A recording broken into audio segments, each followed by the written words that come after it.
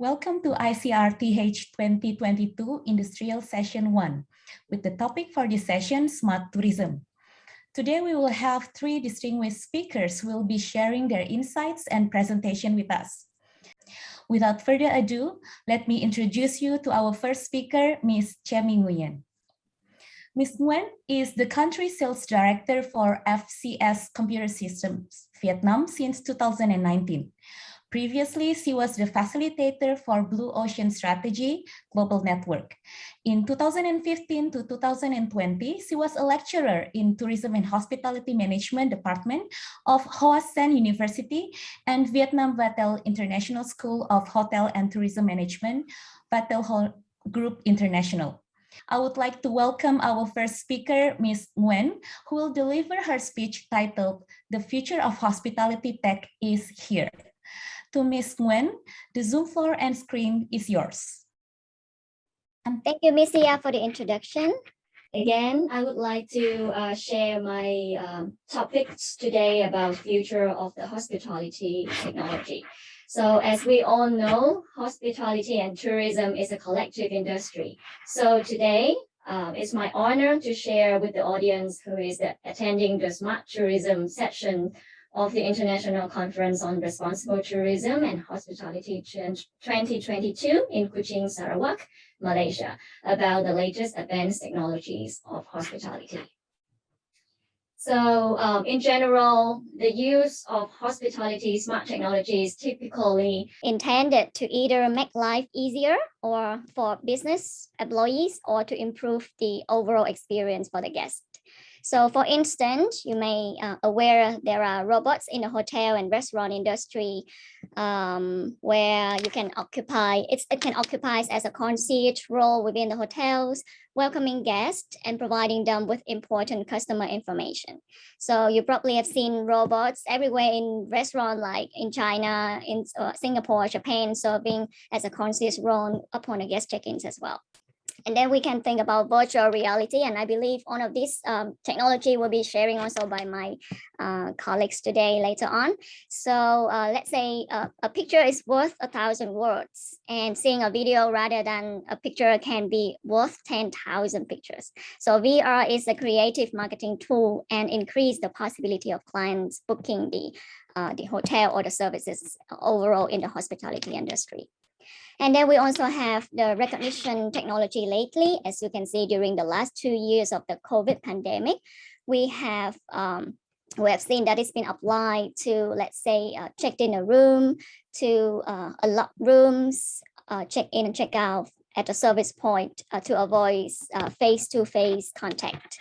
So, and of course, there are many more, you can name it. So let's move on to a case study of Sojo Hotel. This is a Vietnamese hotel brand which opened its door in a busy big city like Hanoi.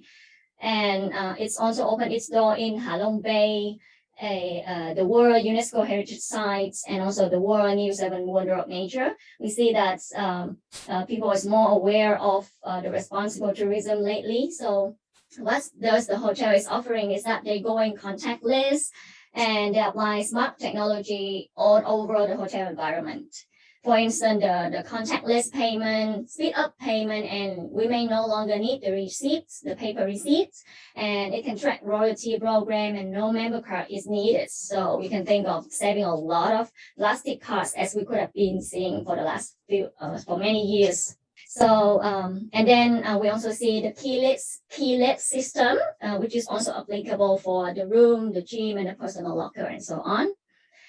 And they also use the mobile app as a mobile check-in service, meaning the customer can potentially have a greater flexibility in terms of when they checked in. And this ties within wider contactless technology trends as well.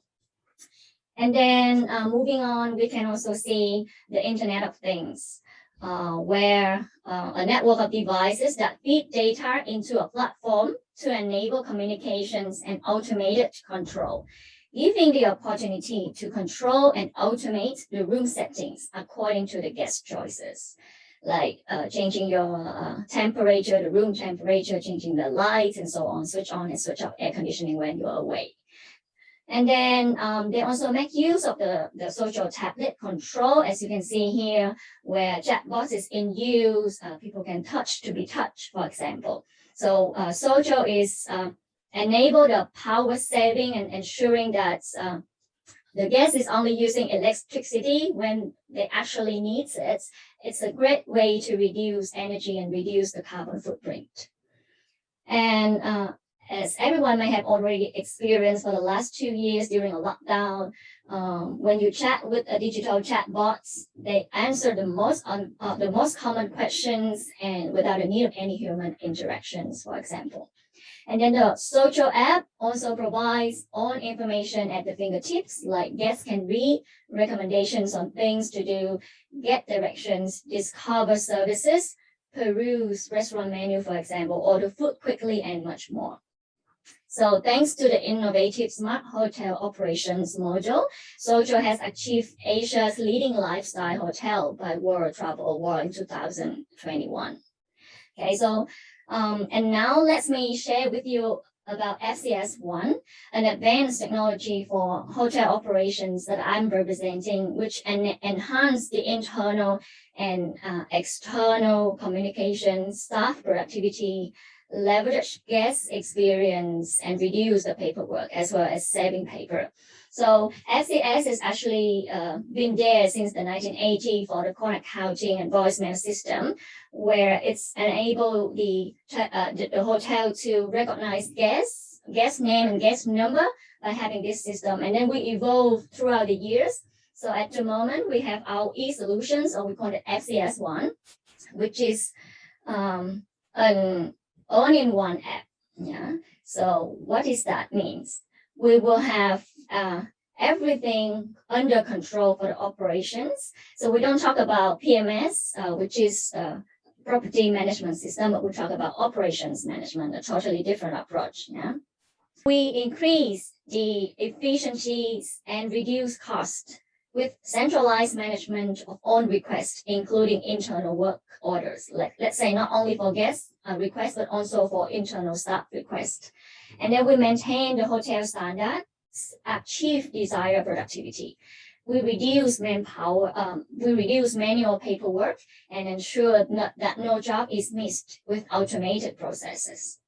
And then we also have centralized call center, meaning saving costs and resources by just having one singular call center in multi-property setting. And then the management board can also easily gain overview of staff productivity based on actual activity, job completion ratio, duration of completions for further training and improvement by looking at our reports, which is digitalized. And then it's also helped raise the internal work order wherever the staff discovers any problems, issues, ensuring that issues are taken care of even before the guest notices them. And then we also avoid incorrect messages or misunderstandings, which is passed through the staffs. And then we also finally eliminating the use of walkie-talkie, which is sometimes annoying the guests with the noise, sometimes yelling at each other from back-to-back office, okay? So that's overall, that's what we support at the moment. And this is the entire ecosystem of FCS1, and we currently having our job dispatch module, which is giving on the improving on the communication issues. We have the facility management, where you manage on the risk with your assets, with your properties around the hotel environment, and also the cleaning module, where housekeeping will be communicated better and so on. So we are planning also to have the Mickey module, for example, from event management. So imagine in event management, we need to have a lot of scripts and so on being printed out.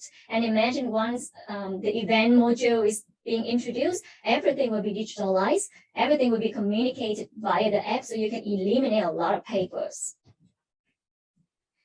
And then you can have a look at the close-up personalized dashboard for your understanding. For example, in the old time, we need a lot of Excels and a lot of hard work to create charts, analytics of the data and so on. And then we print it out on paper for reporting, for discussions. But the job will be done now by our system automatically.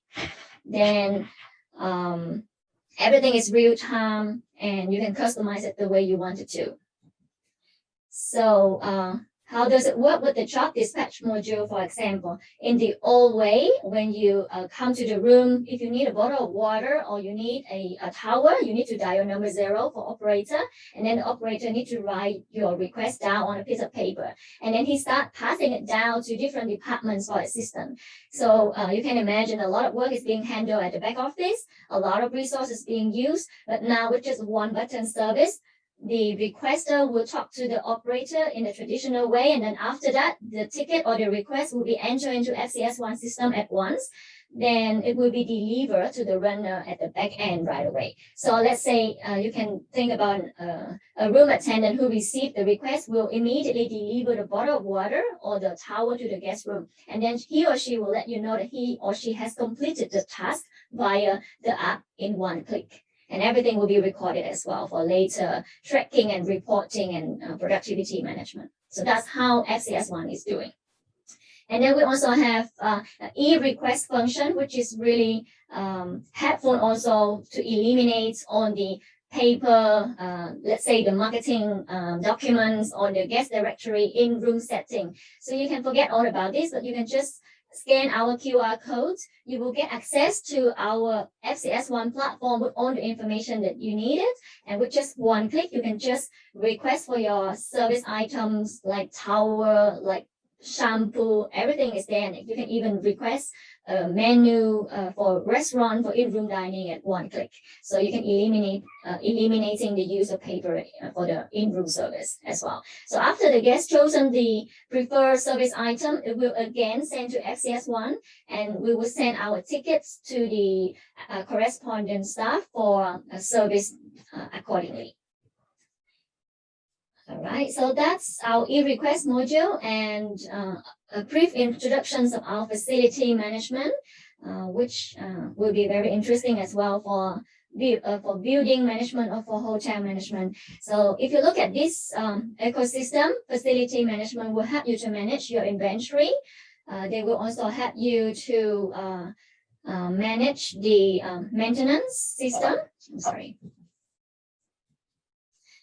By using digital checklists, everything is automated, and you also have the access audit trail, costing summary, everything will be centralized in one system at the front end and at the back end. So we're eliminating the use of paperwork again and save a lot of hard work as well for dealing with the paperwork. And then we can ask one more time, like what exactly is FCS1? So as I said before, this is a new solution that we designed to meet hotels' ever-changing needs, and everything is merged into one single app. And we are planning to develop up to 20 modules and counting to cover the spectrum of the hotel's operations. So this is a very unique solution, and it is a trend that most of the 5-star hotels up to 4 and 5-star hotel standard is going after it to ensure that it helps manage the staff productivity and leverage the guest experience. Okay, and what's special about the technology is also we are using everything on cloud, and you can match all of these modules at once. So depending on your subscriptions, you can choose one out of these 20 modules to serve the hotel needs easily. And then imagine we are having cloud infrastructure. So cloud is different with on-premise, because if you are still using the traditional way of technology, which is having a server on your hotel, you need to have a lot of maintenance service. You need to have a lot of you need to have a special space, and the aircon is always there 24/24 to make sure that your server is up and running. So with the cloud service, we're eliminating the use of server, the use of having a bulky server storage and aircon. By moving on to cloud, everything will be up to date at once, and you don't need to maintain your server storage, for example. So we are on cloud, and that means it's also allow all the technologies, all the other third-party technologies to integrate with us as ones with cost reductions, easy to collect data, everything will be digitalized with faster response. So it will be enable better integration and seamless experience and communications. Okay, so FCS is focusing on business transformation being operated in the industry, and we empower both the management and the staff. And we also try to focus on developing best technology innovation, but still enable human touch. Okay, because technology cannot replace all the human touch, especially in tourism and hospitality. So we're still trying to balance it out, and we are trying to be helpful with the hospitality and tourism services, but not going to replace anything. Okay, so with our top-notch functionality, with the link to responsible tourism, as you can see, everything is automated. Even we have user training videos online that will save on the paperwork, reducing the resources as one. And with our services, you can just manage multi-property as one. So this is all about FCS1 for now. And so that's basically FCS1. Are you ready to experience the new era with Hotel Smart Tech? Thank you very much for your listening. Again, thank you so much for sharing it with us, Mr. Nguyen. We will now continue to our second speaker, Dr. Tan. All right, now we will move the focus of our session to smart cities. Our next two speakers will talk about different smart cities projects. Let me introduce our second speaker, Mr. Tan. Mr. Tan is a project leader in managing the promotion and survey projects for Miri City Council's Smart Cities initiatives. He's also responsible for the developing of the digital marketing and research modules in RIM Institute of Technology in Miri, Sarawak, Malaysia. Today, Mr. Tan will talk about Miri Smart Cities project. I believe he will bring us great insights into this most livable resort city in Sarawak. Mr. Tan, the floor is yours. Thank you. Hello, everyone. So I'm from Miri, Sarawak, Malaysia. So Miri is a smart city, right? And it is situated, it is the second largest city in Sarawak. So the smart city projects in Miri is under the initiative of Sarawak Information Systems and Berhad Science. And the promotion of and survey for the project is done by ICRTH. We are currently in phase 2 of the activities. Okay. As you can see that Science is a private company wholly owned by Sarawak State Government, and it's a leading ICT system integrator and solution provider in Sarawak. Whereas ICRTH is a higher learning institution in Miri, and currently we are commissioned by the Miri City Council to conduct the promotion and survey of the Miri Smart City initiative. Okay, so let's look at the beginning of the smart city. Right. It all started before the MCO, which is the movement control in Malaysia in 2019. Then the whole framework of smart city is based on the Malaysian Smart City Framework 2018, published by the Ministry of Housing and Local Government. And let's look at the ecosystem of the smart city. As you can see that at the center of the circle, it is the Smart City Solution Framework, where we're looking at smart city economies, smart living. We also have the smart environment and so on. And all these branch out to various challenges and solutions. And they have identified the challenges in smart city, right, such as the smart bus, garbage collections, safe city, smart tourism, and so on. There are 10 initiatives identified by the Miri City Council and Science, whereas, right, it can be linked to all the aspects of our life in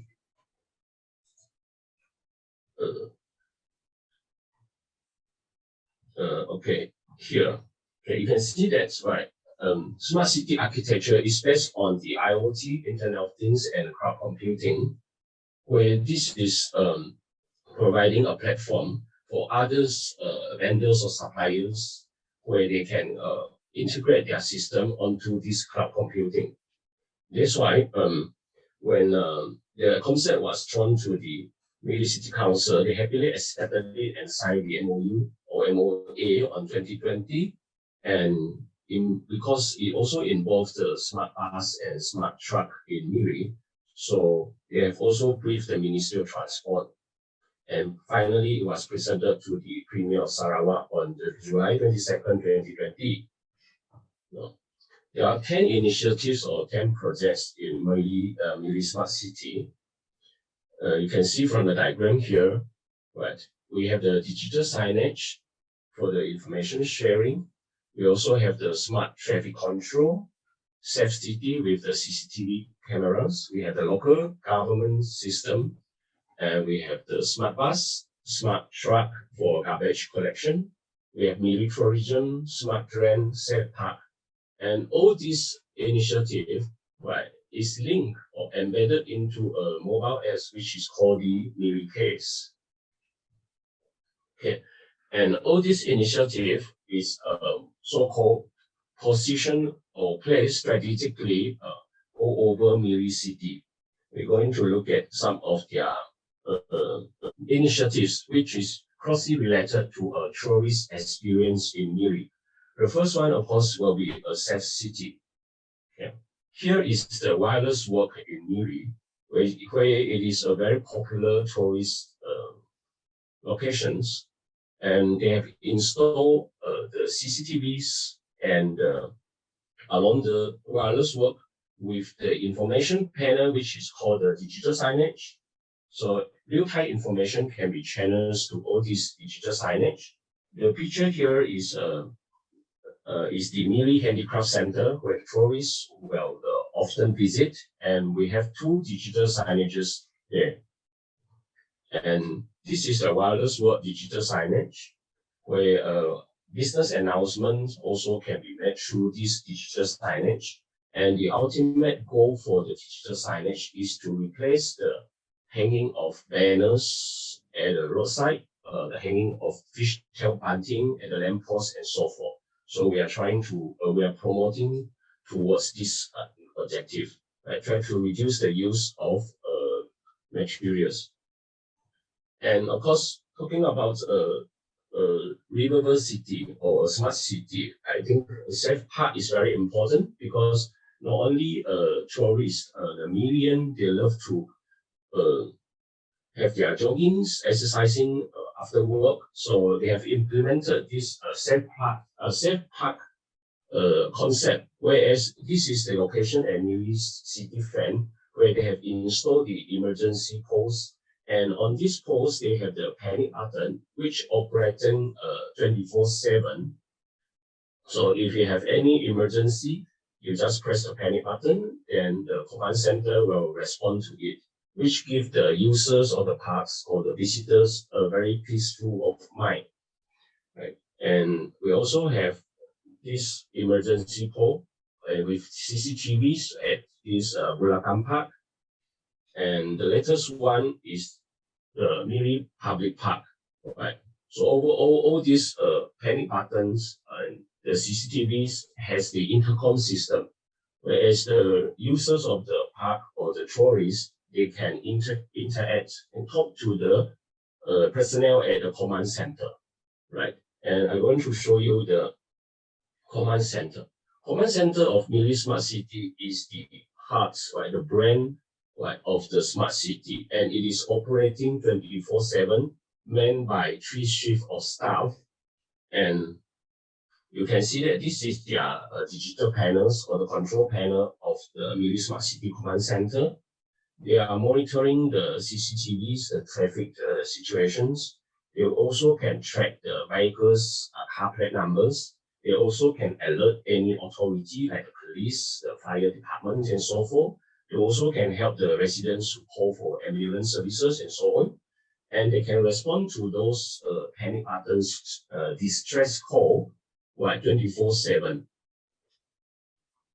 And of course, if we talk about tourists, Miri, there are two ways you can travel. One is, of course, by the red car, or you rent a car, or you can take a bus. And Miri City has the most advanced mobile apps for the bus traveling. In hardwares, for the smart bus, they have installed a lot of digital components on the smart bus, whereas you can see that there is a video recorder, there's a Wi-Fi receiver, transmitter, and they also have a few cameras. One of the cameras is the counting camera. So the bus operator and command center will be able to know how many passengers a bus takes per day.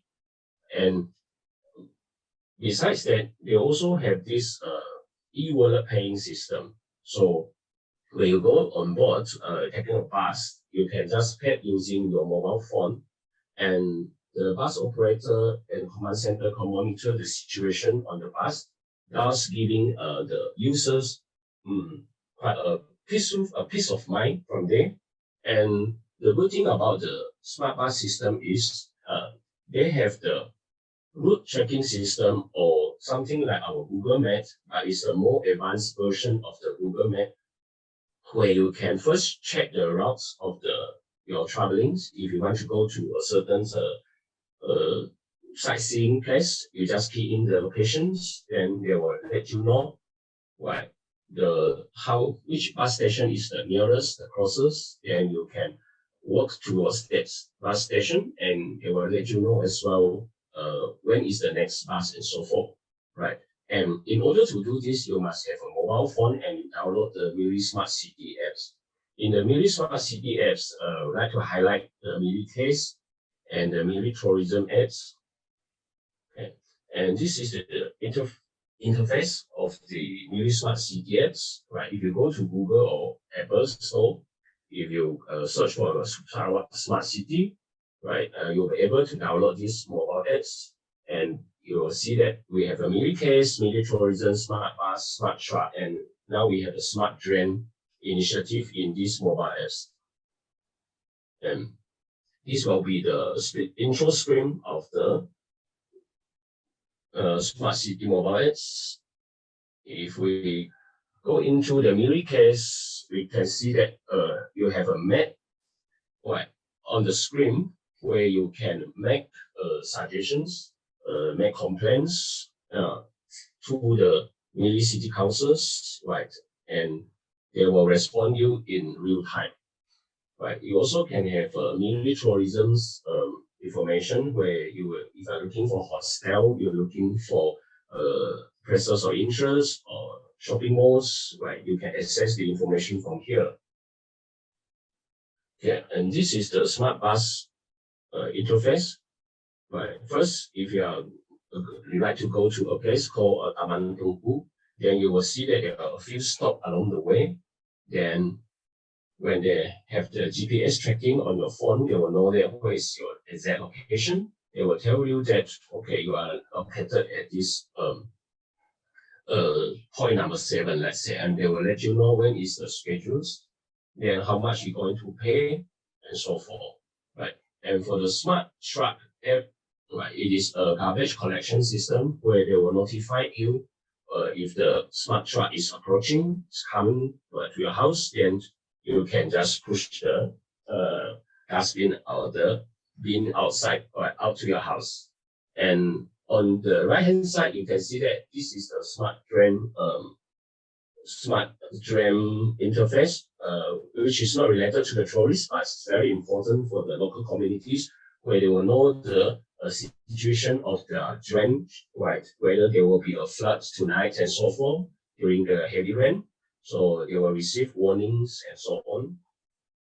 And this is the smart bus operating dashboard. You can see that not only they will know the route of the individual bus, they also will know each bus with their bus plate number and whether they are active or they are having a stop and so forth. So it will increase the efficiency of the bus operator as well as reduce complaints, and the Miri City Council is able to answer to the public and the tourists. And of course, this is some of the press articles during the launching. And this is the press article about the emergency button. And actually in Miri, we have successfully settled more than 4 cases, including of criminal cases, and will save hard users' life, like because of the panic button last year. Right. And the promotion of Miri Smart City is done by Riam Institute of Technology, whereas we had the launching last year. The Premier was invited to launch the Smart Cities initiative. And this is how we try to increase the awareness of the public, and by asking them to download the mobile apps from onto their handphone. And we also make the videos, promotion videos, where the mayor of Miri cities urge the local communities to download the mobile apps to increase the communication, the interaction, the direct communication with the Miri City Council through the mobile apps. And we have made some videos distributed through YouTube and Facebook. This is while they are taking the videos at the set park at Bulatan Park. You can see the blue one. Looks like a robot. There is the emergency pole with panic button. And we also have some Facebook Live activities because it was MCO time. So we did it online in 3 languages. And this is the e-flyers that we help distribute to the local communities. And the roadside banners. You can see that for a smart city initiative to be successful, local participants and awareness is the key. That's why the first thing we will encourage them to do is to download the apps. And when they have the apps, if they are interested to use it or they need to use it, then probably they will share with others, and they will increase the engagement with the smart city. Right. Thank you very much. That will be all. Thank you, Mr. Tan, for your sharing.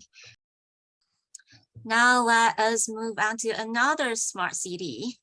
And let me introduce our third speaker for the session, Dr.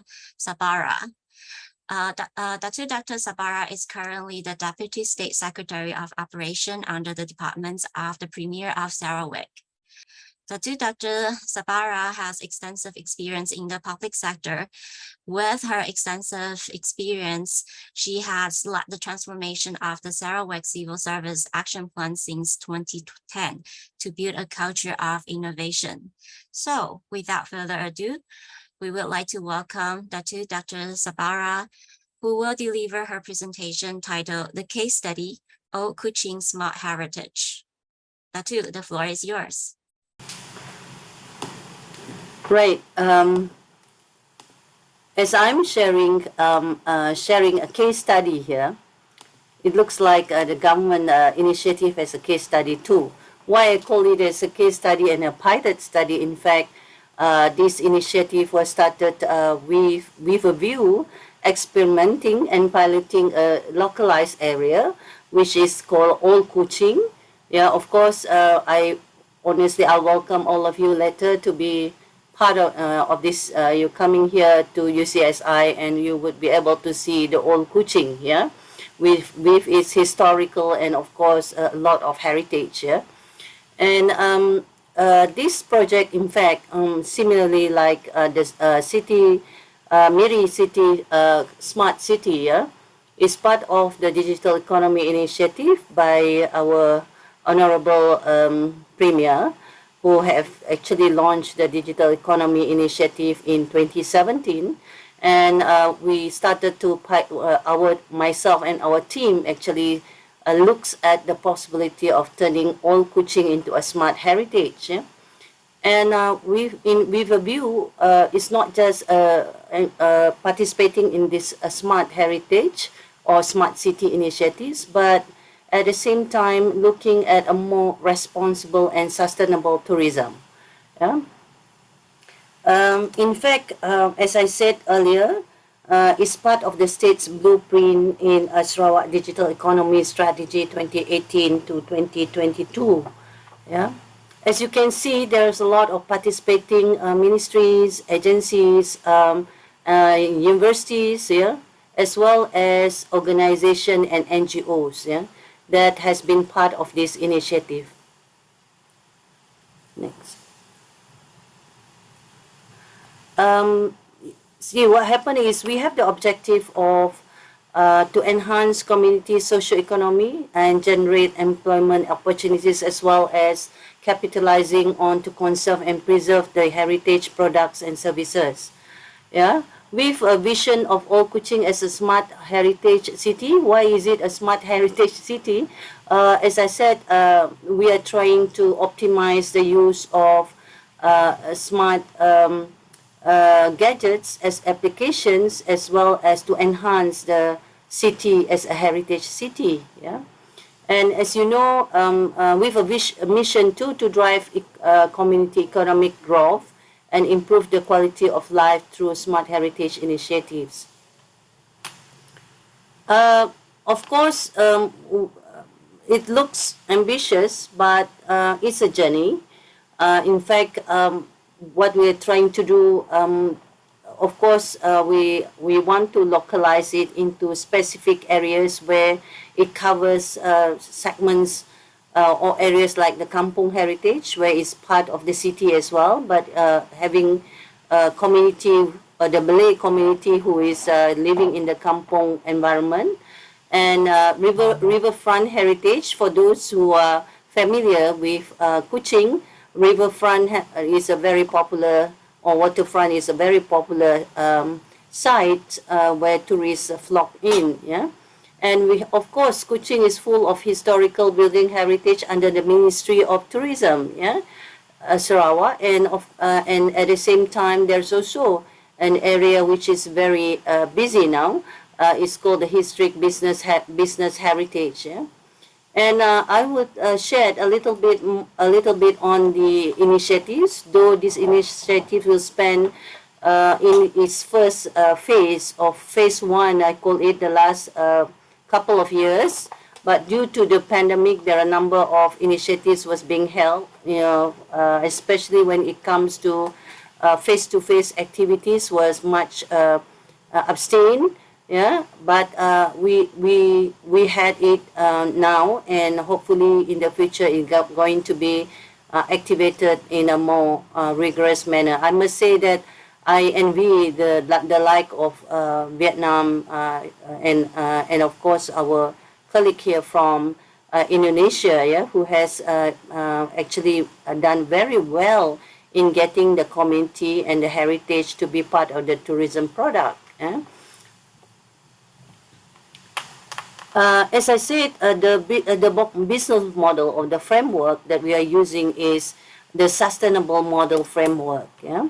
I believe this is the other angle of the smart tourism that we are looking at, yeah, where we're looking at the community and how we can raise the community as well as the whole ecosystem, so that it's basically it's provide a more sustainable and a holistic approach in sustaining this project. Yeah.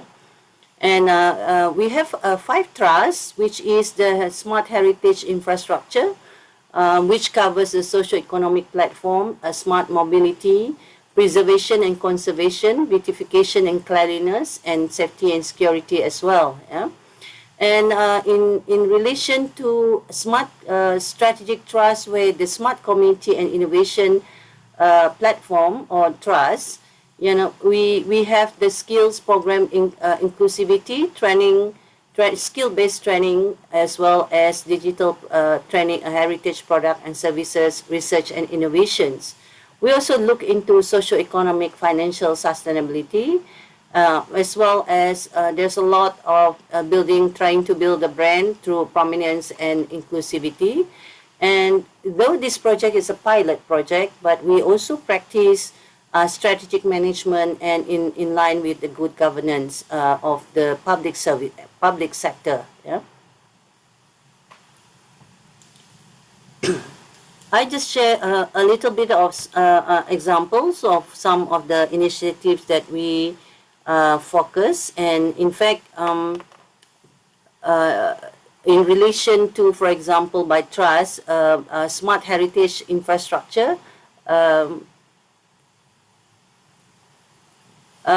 what we try to do is we have identified those heritage house and premises that we feel that, you know, Kuching itself, there's many old buildings, and of course some has been taken care by the Ministry of Tourism, while there are still a lot more that need to be conserved and preserved. And these are good examples of the heritage buildings that or premises in the local communities that need to be preserved. At the same time, what we did was we are trying to, for example, the a project that we had in the mosque, which is one of the heritage in Kuching City. We have been able to develop the use of augmented reality, as well as this is in collaboration with the mosque itself.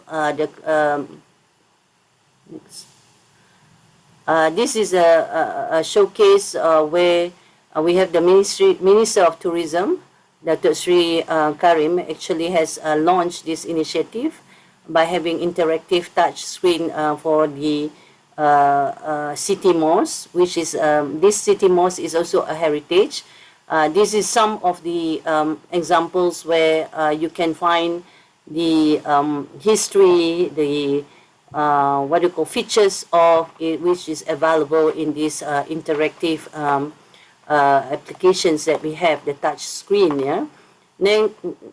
Next, we also has developed community products. For example, the local community at the Kampong Heritage, where it used to be, there's a lot of a textile that has been developed through weaving through by the local communities that has not really taken up it into shape like countries like Indonesia or Vietnam. Yeah. But now I believe as Kuching is also declared as a city of arts and crafts, yeah, by the World Craft Council, yeah, we are trying to raise our textile, which are part of the heritage of not just the Songket but also the Puak and many other arts and crafts as well, yeah. This is a good example where we have what you call that a premises on platform or marketplace that we what you call that renovated.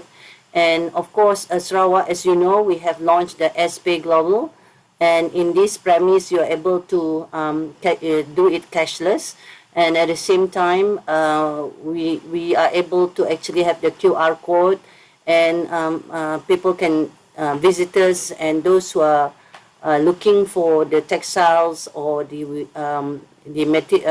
textile that has been hand woven, they are able to scan the products and enable them to see what kind of processes and how it was the crafts was developed and hand woven and so forth. Yeah.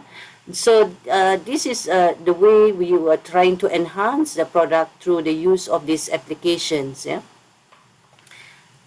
And of course, while doing that, as I said, we try our best also to redevelop and of course enhance the frontage of some of our kampong areas where it has been part of the old city, and of course this can give us a better branding, and not just in terms of the kampong itself, but I think how we are trying to make sure that it looks good to tourists and how it can be part of that frontage which has provide the necessary what you call outlook and a beautiful view, yeah, a riverfront view.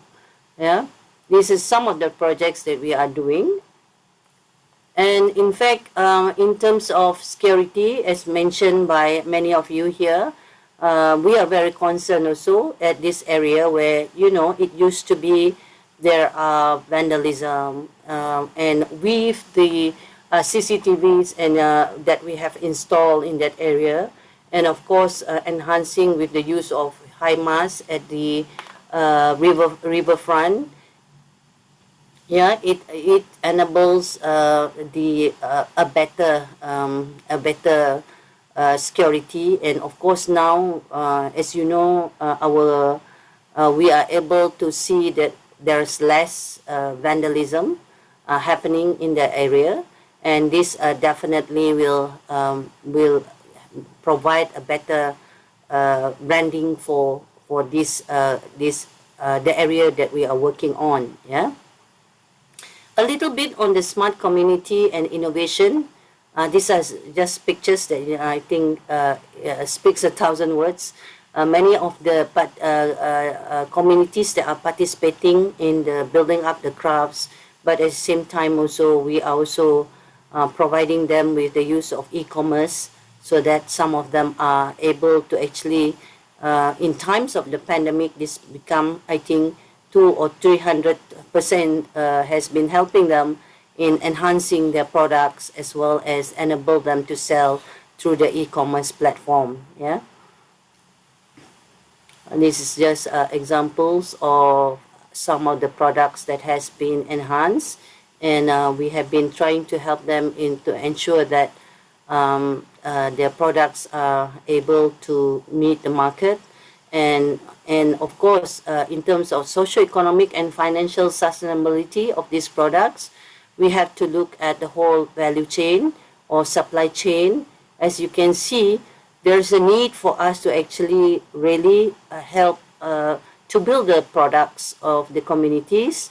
Yeah, while these products can be part and parcel of the smart tourism. Yeah, it's not just about having the e-commerce, the system that applications that we are using.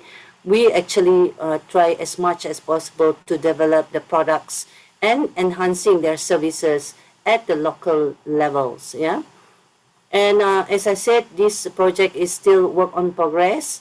Yeah, there's a lot more to be done, and in fact, the pilot project that we have now, we are trying to gauge what you call that low-lying fruits, and of course there are more to it. Yeah, in terms of getting these products to the market, and of course the participation of the local communities to ensure that they can participate in this digital economy platform. I'm sorry to interrupt, but can you please wrap up the Yeah, thank you. So these are just more examples. Yeah, of I can just click, because these are what you call that pictures, outreach, and of course yeah. Okay, that's the various agencies that has been participating in this project, and I would like give me 1 or 2 minutes to show the launching of the digital map of the that we have just launched recently. I hope it will woo some of you to come over to Kuching.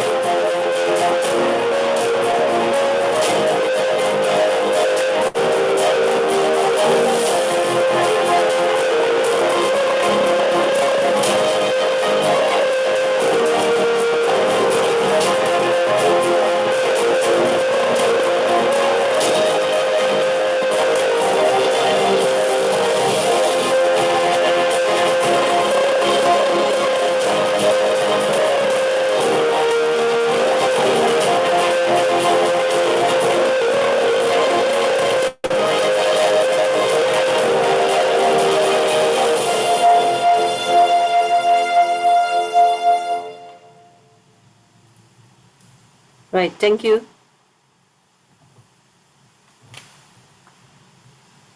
Thank you, Datu, for your sharing. It's very inspiring.